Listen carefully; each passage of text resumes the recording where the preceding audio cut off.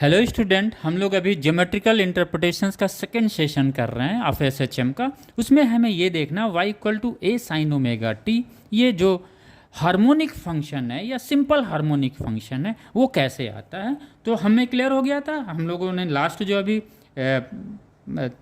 Video देखा है वो इसमें क्लियर था, हमारा सेंटर रे एम्पलीट्यूड ये सब हमने क्लियर किया था इससे पहले का जस्ट वीडियो। यहाँ पे हम लोग आगे बढ़ते हैं।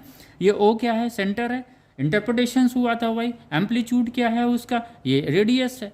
ओके, तो अगर हम ये देखते हैं कि अगर ये टी इक्वल टू 0 पे है ये पार्टिकल, तो ये क्या हो, इसका जो प्रोजेक्शन होगा शैडो भी कहाँ पे होगा? मीन पोजीशंस पे होगा, यानी 0 होगा वो। तो लेकिन अगर हम एंगुलर डिस्प्लेसमेंट, अगर ये बॉडी ऐसे मूव करके यहाँ पे आ जाती है तो इसका एंगुलर डिस्प्लेसमेंट थीटा हुआ। थीटा इक्वल टू कितना होता है? ओमेगा अपॉन टी, चूंकि एंगुलर वेलोसिटी क्या होता है? थीटा अपॉन टी हो जाता है। यहाँ पे तो हम इसको एंगुलर वेलोसिटी ले रहे हैं, राइट। लेकिन जब हम इसको हार्मोनिक फंक्शंस में लिखते हैं तो इस ओमेगा को हम एंगुलर फ्रिक्वेंसी में कंसीडर करते हैं। क्लियर हो गया?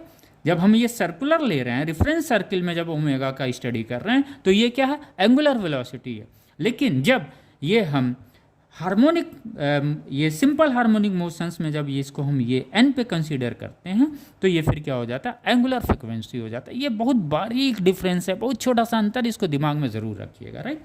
तो ये हमें ये मिल गया।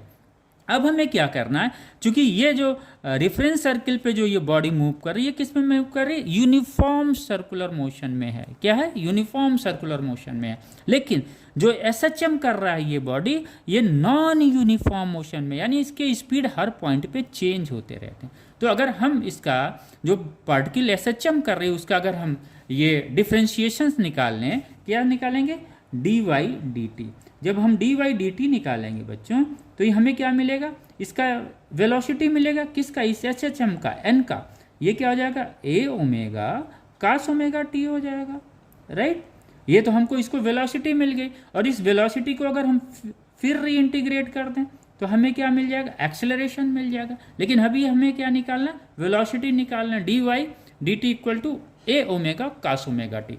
कास ओमेगा, हम इसको अगर कास लेते हैं, कॉस थीटा बोलेंगे तो हमें क्या मिलेगा? वो ये बेस अपन हाइपोटेनस मिलेगा, राइट। हमें बेस से मतलब है नहीं, हमें मतलब इससे है। तो हमें क्या चाहिए? साइन ओमेगा चाहिए, साइन थीटा चाहिए। जब साइन थीटा मिलेगा तभी तो हमें ये वाई मिलेगा। तो इस कास ओमेगा टी को हम क्या करेंगे?